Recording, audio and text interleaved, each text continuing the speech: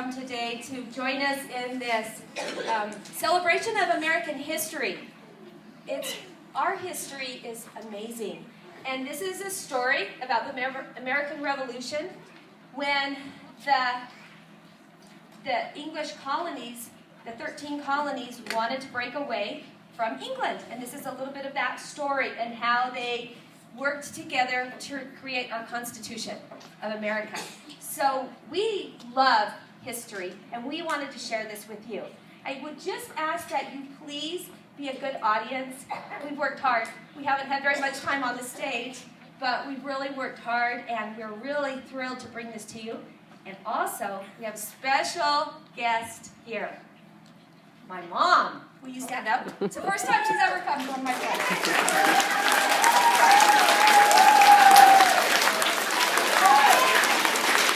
That's Grandma Hewitt right there.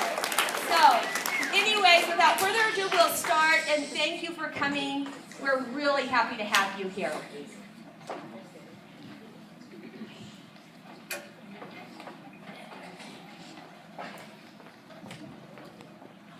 If you're like me, you're tired of the same old stories about the American Revolution. Enough about George already. We want to hear from someone else like Betsy Ross. Yeah, Betsy Ross. Finally, the woman who sewed the first American flag tells all about the stitch heard around the world. And here she is, everyone, the seamstress of the Revolution, The Empress of Embroidering, the Sultan of the Saddle Stitch, the Guru of Needlework, Betsy Ross!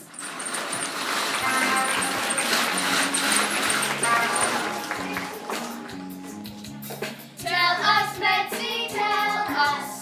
Shooby-dooby-shooby-doo-shoo. Come on, Betsy, tell us. Shooby-dooby-shooby-doo-shoo. Tell us how your sewing helped us win the war. Tell us, Betsy, tell us the tales you've told before. Tell us, Betsy, tell us. Shooby-dooby-shooby-doo-shoo. Come on, Betsy, tell us. Shooby-dooby-shooby-doo-shoo. Tell us how you tailored food at Valley Forge. Tell us, Betsy, tell us the one how you saved George.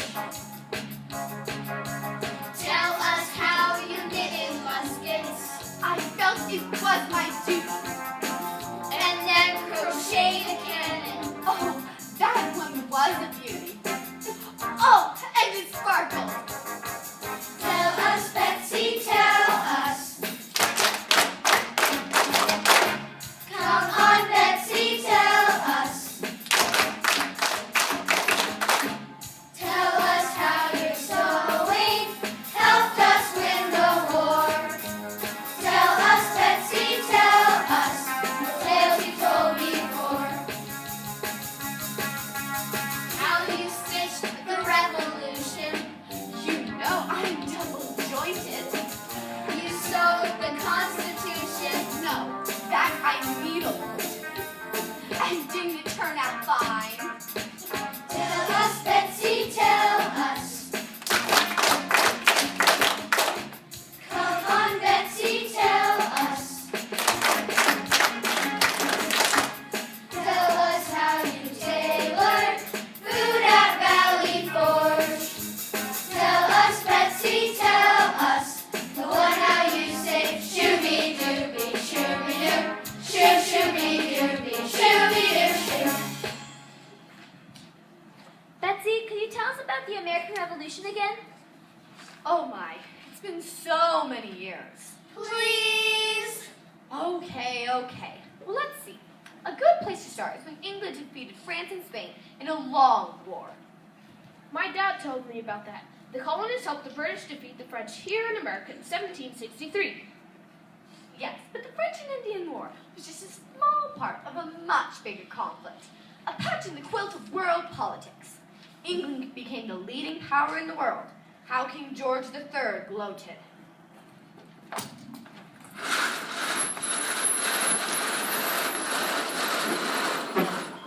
Tremendous news, Your Majesty. We've won the 7 Years' War. Well, it's about time. We've been fighting for them. How colony years now? 7. That's quite a coincidence, isn't it? Yes, my lord. Our victory is especially beneficial for our prospects in America. America? How splendid. Do you get any of those fur hats? You can't beat America for fur hats. Even better, your majesty. Better than fur hats? You don't possibly mean fur sunglasses? Your Majesty, we threw the French out of most of America. The entire North Azores, as well as Florida and everything east of the Mississippi. Our empire has never been bigger. We rule the seas. Our colonies are rich and well organized. England is the most powerful country in the world.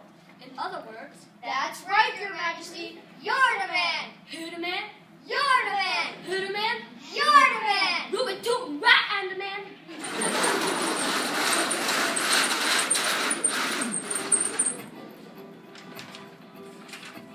We spanked old Spain. We flogged the French. We whipped the world. Yeah, we're a mensch. Our colonies are our great joy. Hey, America, our favorite toy. And it's great to be an empire. Everyone shines your shoes. Yeah, it's great to be an empire. Nobody can refuse. It's great to be an empire in its early days, in its early ways. It's great to be an empire, 'cause it pays.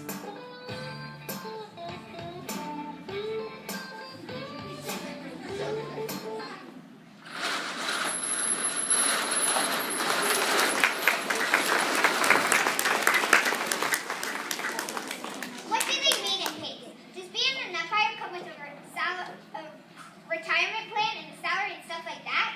Even better, England was in debt for over 140 million pounds. King George in Parliament figured the colonists could help pay.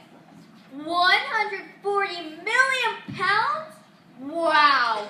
Like you need a diet for ages to lose that much weight. Pounds is in English money, dear.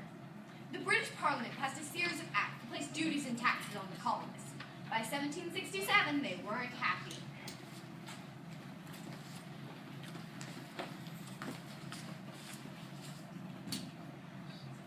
Mr. Otis, what's the latest? John Adams, I'm glad I ran into you. It's another British outrage. We've just passed the Townsend Act, which put import duties on just about everything.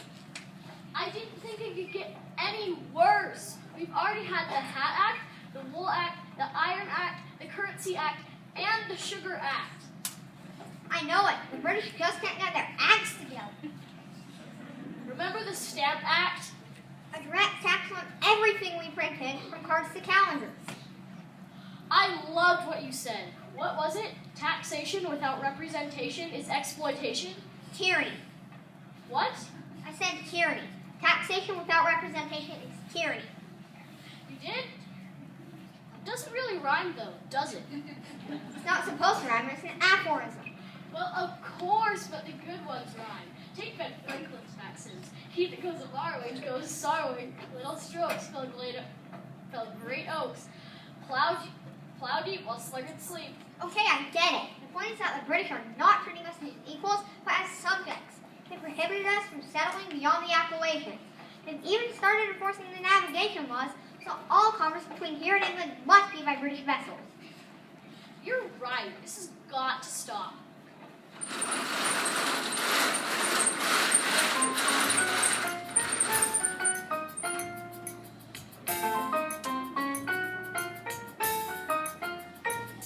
They're taxing my coffee, my paper, my wine. They're paying for theirs with what ought to be mine. And they're taxing my glass and everything I see. They call them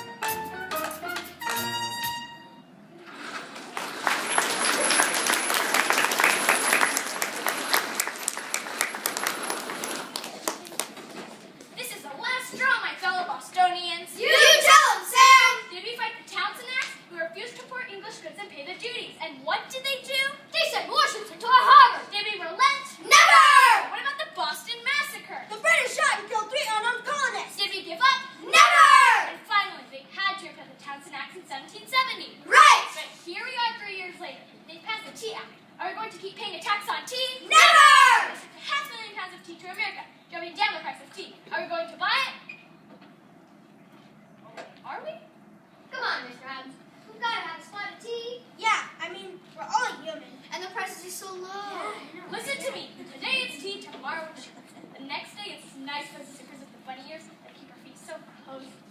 Not our slippers! Yes, your slippers. How long are we going to keep letting the British kick us around? It's time for action. Right! It's time we stopped calling soccer football. Right! It's time we started riding on the right-hand side of the road. Right! It's time we dressed up as natives and danced those 342 Chestnut tea into the harbor. Right!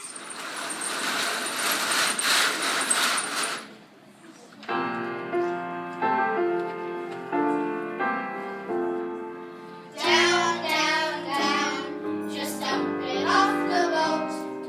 Down, down, down, let's see if it can float. Down, down, down, it's sinking in the sea. Something's brewing, boys, and it ain't tea.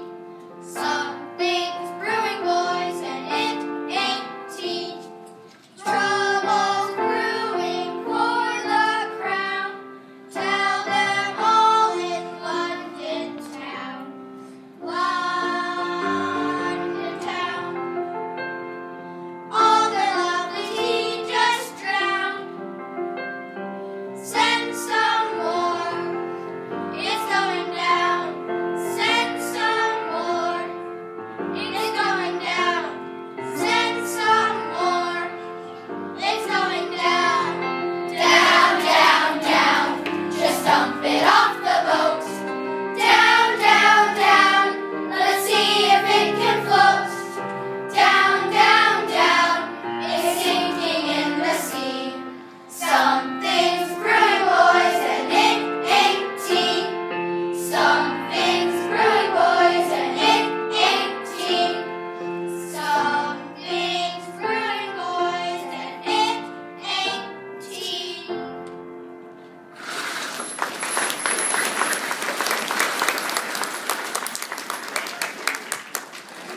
I can't believe the colonists destroyed all that tea. Yes, in Maryland, they burned an entire ship, the tea and all the rest of its cargo. King George must have been mad. Oh, the English were really engaging their threads in a tangle. They closed Boston Harbor, put restrictions on town meetings, and trials for officials who killed colonists who moved to England. Betsy Ross, I'm so glad you're home. Joey J, you look like you're just about to bust a stitch. I'm trying to knit a sweater for my dachshund, but something's gone terribly wrong. Oh my, let me take a look at that.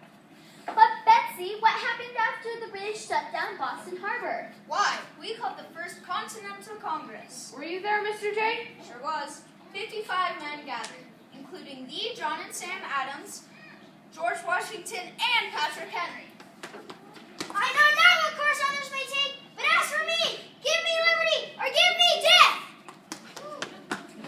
Is that Patrick Henry? Don't encourage him, children, or he'll just keep doing it. Did all colonists want independence? Well, at that point, most of us just wanted the legislation repealed. We called for a complete boycott of all British goods. But when our petitions were rejected, we began to collect muskets. And that's when the British decided to send troops from Boston to seize weapons and arrest colonial leaders, right? And thus the famous rider, Paul Revere. Paul Revere? Sweet boy. Think I once darned a horse for him.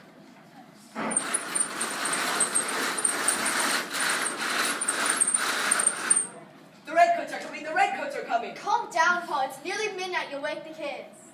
We're awake. The redcoats are coming. Sit down, children. Your father's just a bit nervous. Of course I'm nervous. The British troops are coming to arrest our colonial leaders and take our weapons and supplies. Are they coming by land or by sea? I don't remember. I think it's 2 land troops by land, 1 if by sea, maybe it's 1 if by land, and 2 if by sea. I think 3 means they're coming by land. Take it easy. You have to warn the people of Lexington and Concord. Yes, I must go at once.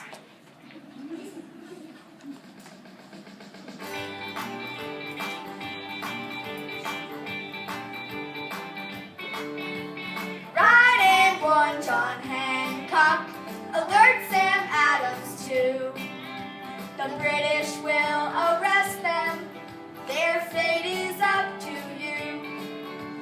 Hurry, Paul dear, hurry, do not stop to chat.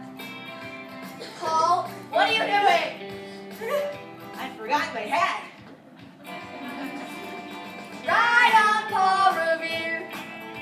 Ride on, Paul Revere.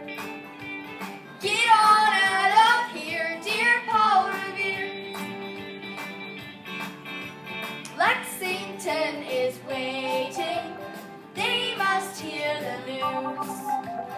redcoats are advancing.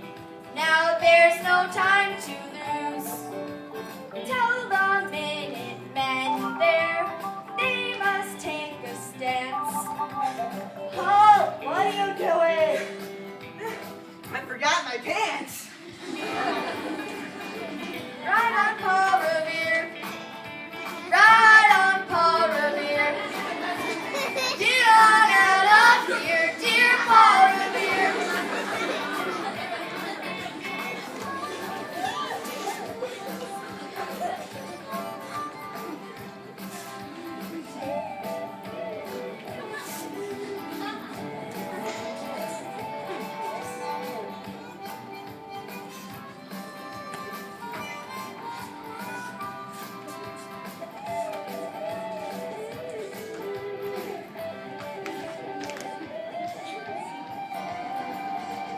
Ride on Paul Revere. Ride on Paul Revere. Get on out of here, dear Paul Revere. Then ride on to Concord. Warn them all once more. The British want our weapons that we have kept in store. Tell all the militia they must come in force. Oh, what are you doing? I forgot my horse. Ride on Paul Revere. Ride on Paul Revere. Get on out of here, dear Paul Revere.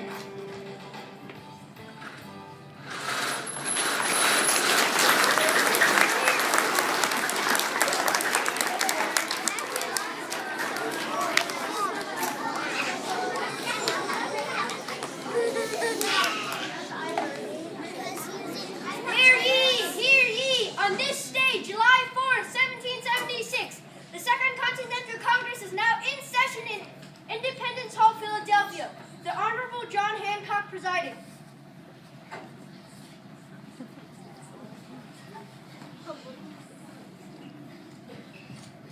Thomas, Tom Jefferson. Where's John Hancock? Oh, hello, Ben. Well, I sent him out to get some coffee cake. Coffee cake? Of course, what's a Continental Congress without a Continental breakfast? I hardly agree, Tom. We always have a selection of coffee, juices, and those delicious individually wrapped danishes. True, but I thought John needed something to do this morning. He's been acting a bit strange since he voted to endorse the Declaration of Independence this morning. A brilliant document, Tom. And now we must all hang together, or surely we shall all hang separately. It's been over a year since the first shots were fired between us and the British. Just a month later, we elected George Washington to head the Continental Army. We've been unofficially at war ever since. King George had rejected our efforts at reconciliation. Tom Paine put it nicely when he wrote that these are the times that try men's souls. Yes, that was well put. It doesn't really rhyme though, does it? What? I think my own maxims stick a bit better for cute rhyme. This was Arch may venture more, but little but you stand your sharp. See how it flows? Sure, Ben, but I don't think... Or remember this? Here, Scuttle lies as snug as a bug in a rug. What exactly does that even mean? That doesn't matter. I've got 4 rhyme words out of 10. That's a 40% rhyme word. You won't find that any of the British poets, take Shakespeare or Pope for example, they've got a 10, maybe 50% rhyme rate max. That's great, Ben. Great, it's crucial. The British made better trained soldiers. They made more money, experience, and weapons. But America has rhymes. Victory will be ours. Oh, look out! It's John Hancock! Where is it? Where is it? What are you looking for? The Declaration of Independence, of course. It's quite exciting, isn't it? You bet, but where is it? Here in Tom's head. He wrote it. Tom recited the bit about self-evident truths again. We hold these truths to be self-evident, that all men are created equal, that they are endowed by their Creator with certain unalienable rights, which among these are life, liberty, and the pursuit of happiness. Yeah, that's great, but where is it? Where's the parchment itself? I'm ready. Ready for what? Ready to sign it, of course. John, I told you this morning, the final document won't be ready to sign for a month or so. But I'm ready now. I've been practicing.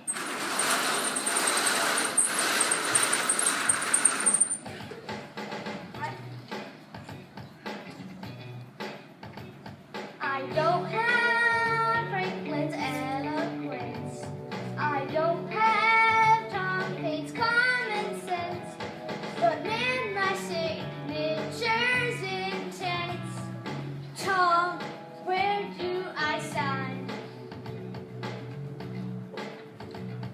George Washington and all his staff may fight real hard on our behalf, but you should see my autograph.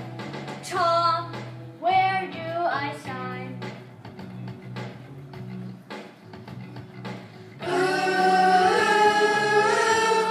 Where do I sign? Where do I sign?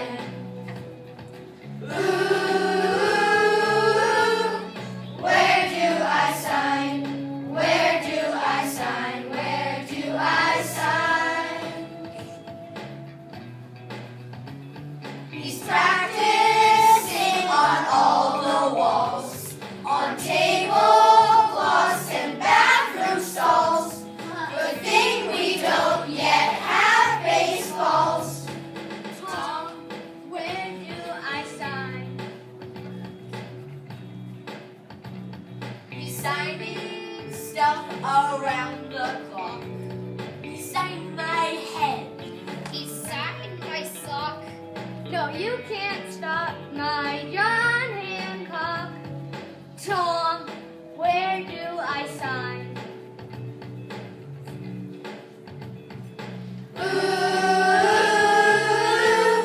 Where do I sign? Where do I sign?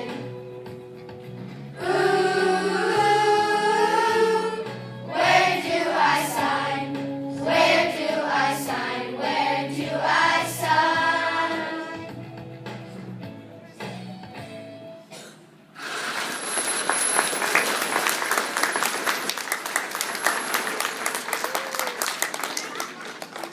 Did the colonists really think they would defeat the British Empire? Well, we definitely had some disadvantages. I'll say, there was no real union. The colonies just trusted each other. There's no central authority to raise money through taxes. The army was hard to organize and nearly impossible to keep together. And don't forget, probably no more than 1/3 of the colonists wanted independence all that much. And there are hundreds of thousands who still remained loyal to England. True, but the British were 3,000 miles away from home and had a huge area to try to control. And they had second-rate generals. While the colonists had George Washington, who turned out to be a fantastic leader. And don't forget the French. They were always ready to help anyone who might hurt England.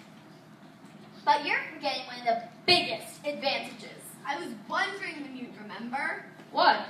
My flag, of course. I tried to talk them into a red, white, and blue lounge chair with matching ottoman.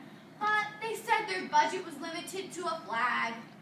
Oh, Betsy, your flag was wonderful. But I was talking about how the colonists fought dirty. I beg your pardon. Not that type of dirty. I mean, they were literally dirty. They blended in with their surroundings.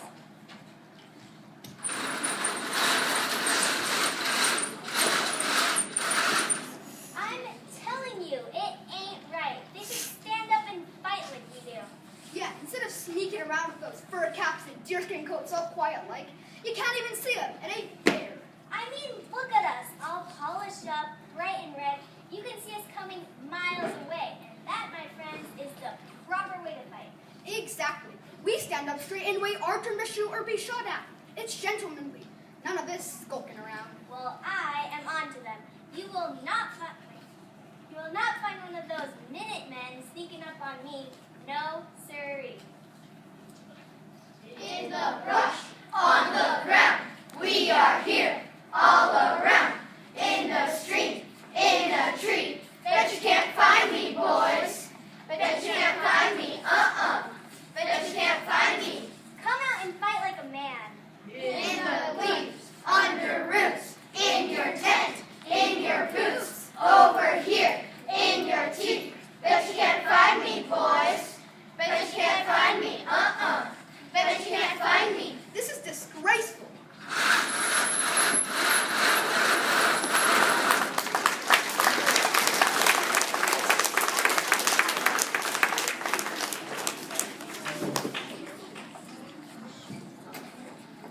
Good evening, folks. Welcome again to the History Channel's Home Shopping Network. Alice, what do we have for our shoppers tonight? First, tonight we've got memorabilia from the American Revolutionary War.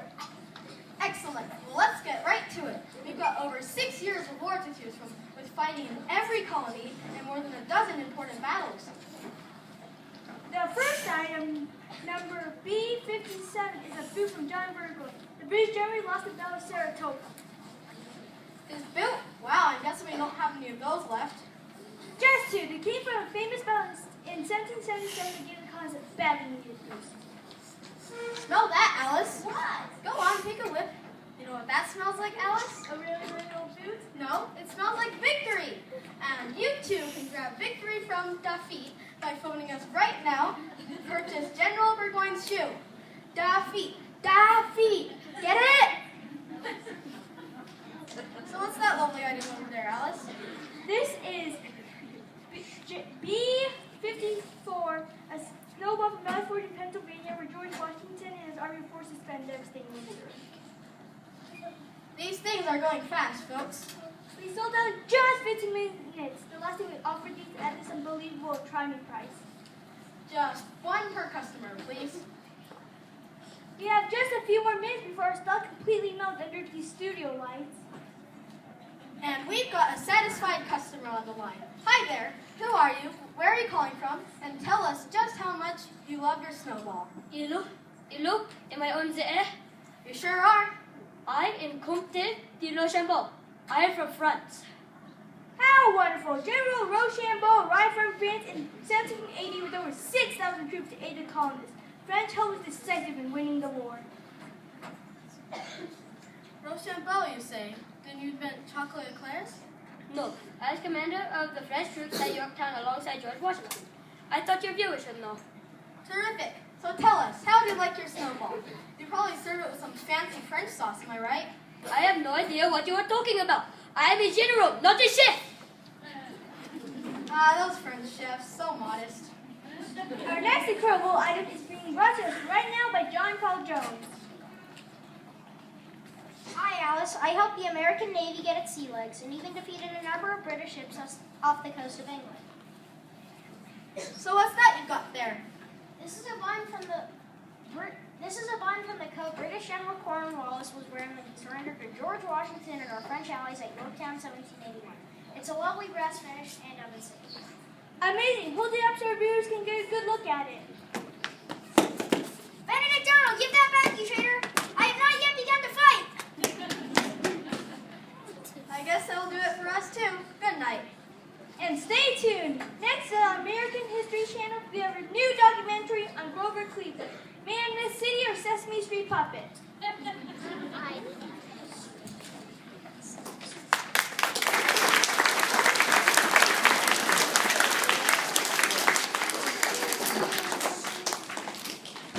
So what happened after the British surrendered, Mr. J? I went to help Ben Franklin and John Adams work out the Treaty of Paris in 1783. The British conceded all the land from the Mississippi River to the Atlantic Ocean, from Spanish Florida to the Great Lakes. That was great. Well, it was complicated. The Articles of Confederation, which had been the basis of their central government, intentionally gave little power to Congress. Couldn't they do anything? Not much. We did pass the Northwest Ordinance that provided the eventual incorporation of new states between the land of the Mississippi and Ohio rivers. And I macrameed the Liberty Bell. Now, Betsy, you've got to stop exaggerating. Dropped a stitch on the seam though, didn't I? Nasty little crack opened up. I think a few pleats would have helped.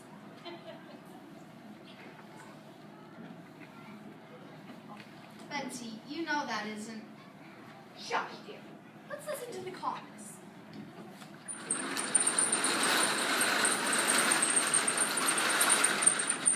What more can we ask for? We've got 13 independent states in this confederation. There's no taking such government. We don't need another king around here. Congress has no power to control commerce or enforce its tax collection program. Exactly! It's perfect! It's all up to the individual states now. I don't know. Are you sure this is a good thing? What could go wrong?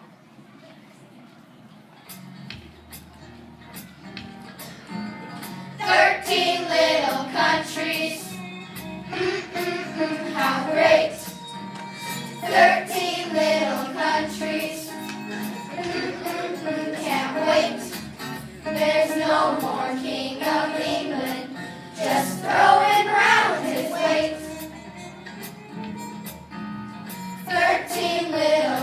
countries. Yahoo! 13 little countries. Brand new. No bossy federal government to tell us what to do. 13 foreign policies, 13 kinds of laws. 13 sets of boundary lines, it kinda gives you a pause. 13 little armies, 13 ways to fight. 13 major headaches, now no relief in sight.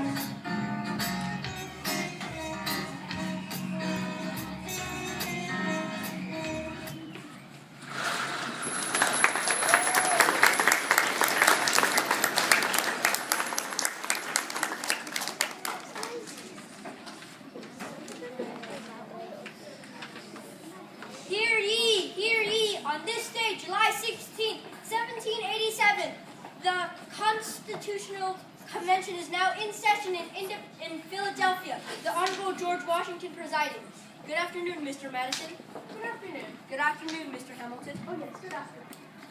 James, we have important decisions to make. Yes, we do, Alexander. Look out, it's Aaron Burr. Ah!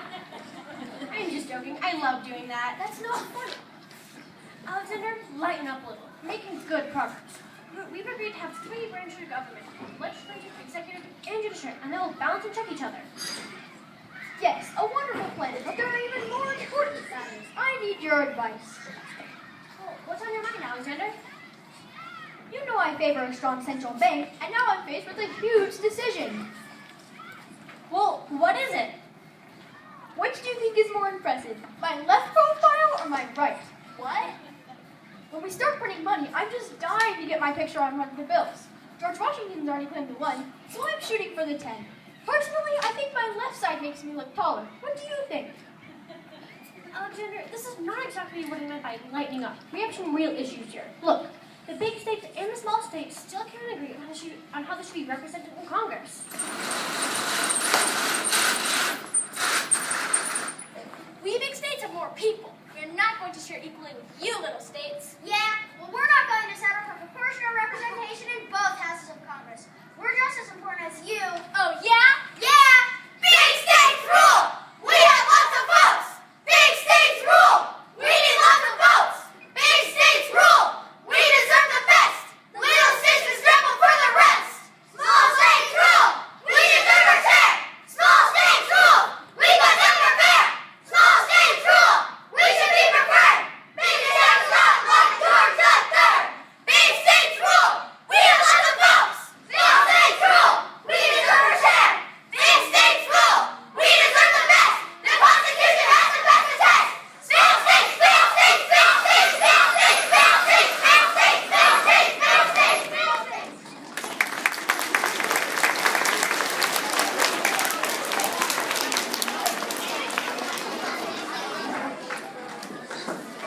So that's why we now have one legislative body, the House of Representatives, that has proportional representation.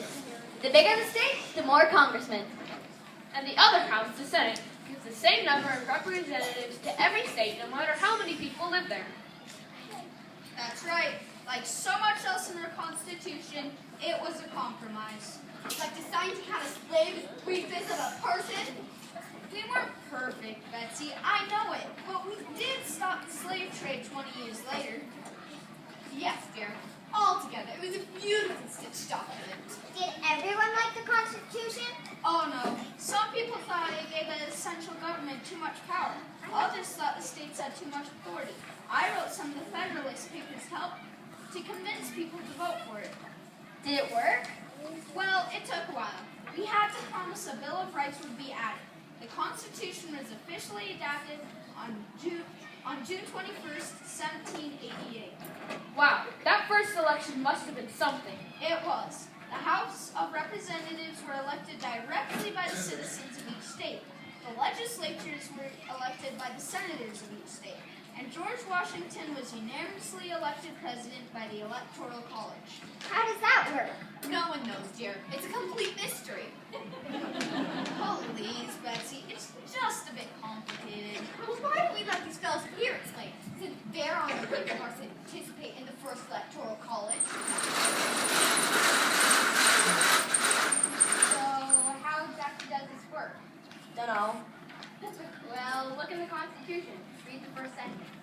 We, the people of the United States, in order to form a more perfect union, establish justice, ensure domestic tranquility, provide for the common defense, promote the general welfare, and secure the blessings of liberty to ourselves and our posterity, do ordain and establish the Constitution for the United States of America.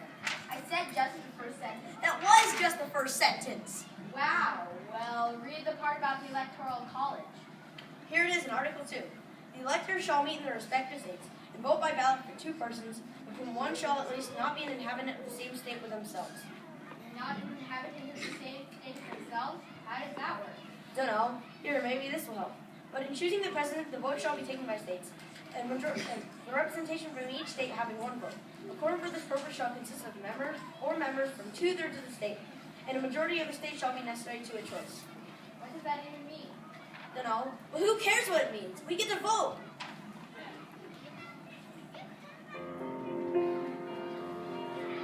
I said from the start, I'm not all that smart, and I don't have political knowledge. I guess there's no need, 'cause though I can't read, I'm off to electoral college.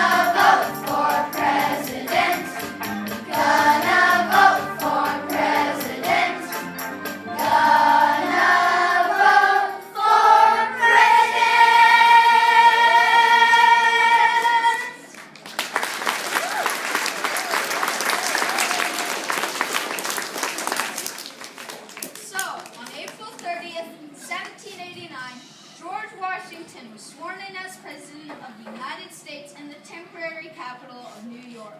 Wow, what a great story! As my friend Ben Franklin said at the time, our Constitution is an actual operation.